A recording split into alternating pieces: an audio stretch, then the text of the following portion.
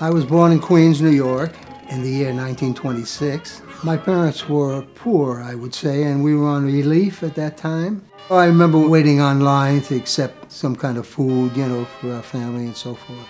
It was just really tough. It was the height of the Great Depression. My father told me when I was 4 years old, and we used to listen to the radio, and Bunny Berrigan was a trumpet player.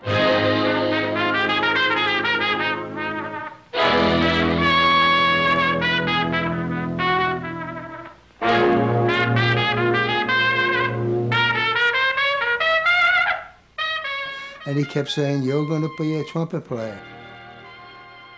When I got a little bit older, I wasn't much older, and he used to take me to the Apollo Theater. And of course, you know, things were rough then, but he'd get the money somehow and to get me in there in Harlem to hear these great bands, mostly the black bands.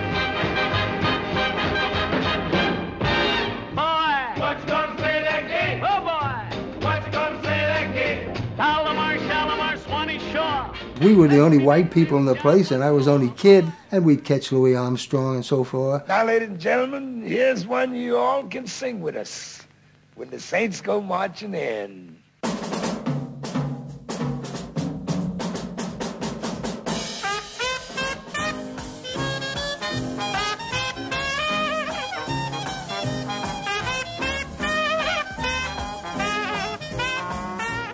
And we'd go back again and again. And I don't know whether my father really enjoyed the music as much as he did those half-naked black dancers. Look at these fine, delicious dinners out here this afternoon. The dance, ain't there? I used to say, "What are you doing, Daddy?" Hanging over the railing, looking. Why, you lovely thing, where have you been all my life? I was all interested in the bands and the brightness of the trumpets, like the color of them, like they were shining, and a guy would get up and play.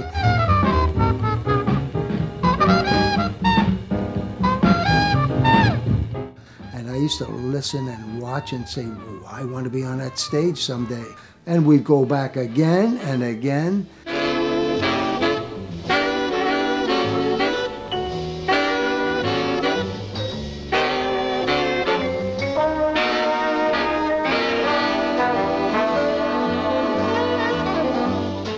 One day my father said, "I talked to Tony," that was his favorite trumpet player and friend, "and he's going to be giving you lessons."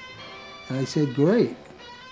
And he got a trumpet for me, my father. I think it was $25 at that time. And Tony came and gave me a lesson, and I started to enjoy playing the trumpet.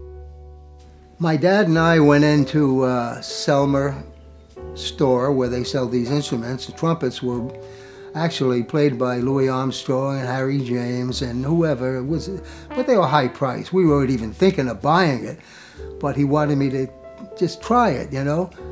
And the salesman said, "You sit there and play it and try it," and he probably figured, what is he going to do? And so he walked out, and I played it, and I said to myself, "Gee, this is beautiful." You know, I got the sound, and he came back like a maniac.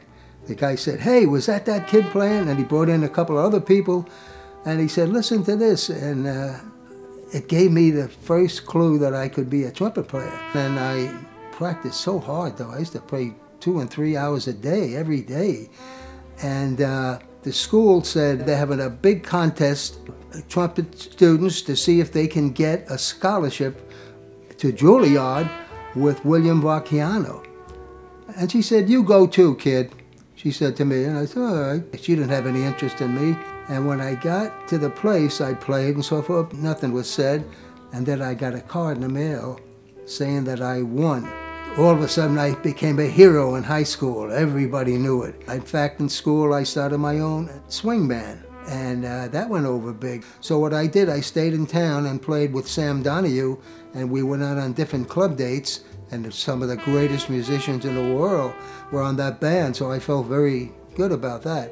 I always became a leader. I wanted to be a leader. I didn't want to be a sideman all my life, although I did play with a lot of bands as a sideman. I always said to myself, why do they have these bands and none of the kids are ever, nobody does anything with young kids? And a friend of mine, I lived in South Old Long Island at the time, and a friend of mine kept talking about Florida, and he said, gee, Sonny, I think you'd do well there.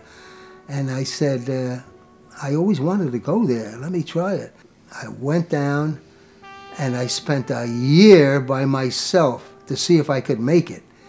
My wife and kids were home, and I started slowly, and I remember a friend of mine who came in at the same time. He said, Sonny, I'm doing pretty good. He says, I got 8 trumpet students so far. He says, what do you have? And I felt bad telling him. I said, 80. He says, 80 students? I said, yeah, but I do it day and night, you know, and I went to homes, I taught guitar, piano, and that's why I started this thing I have now, or I did have, you know, with the kids' band. I've met some of the greatest musicians and people in the world, and the band became terrific.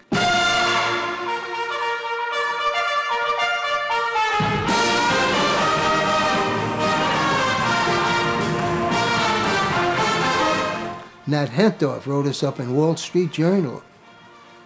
I couldn't believe that Doc Severinsen and guys from The Tonight Show would stand on the side and say, how does he do this? This is wonderful. Bill Clinton said, Sonny, you're the ambassadors of jazz. It was great. I felt good about all that because the kids were playing so great. I had singers who could, most kids sing with no feeling whatsoever. I said, I'm not going to go up and have a kid sing, hey, look me up, you know, so no sound, no feeling. And I worked with them because I knew a lot about vocals. I used to get them to sing with emotion, you know? Something in the way she moves, and they get a nice feeling.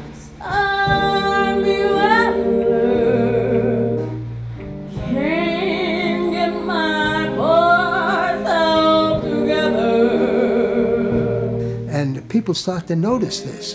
And I had some kids, at least 2 or 3 are making the big time right now. And Eric Darris is one.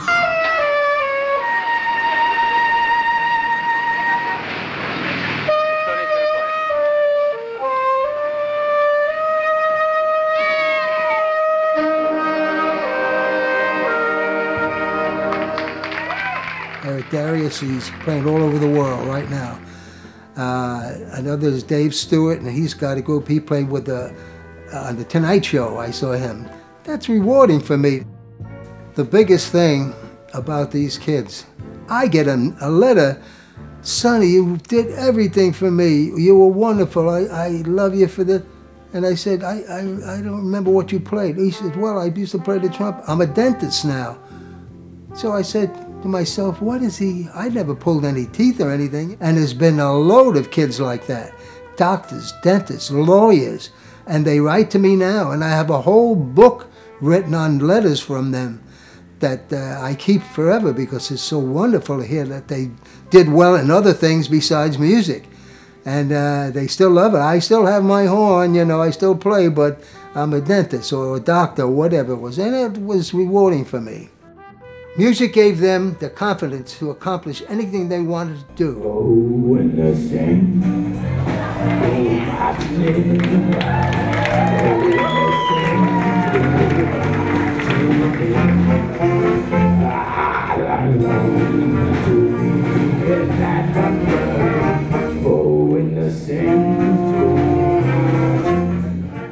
Well, if nobody continues with young kids, it's going to fade. Big band swinging jazz, they won't even know what it's all about.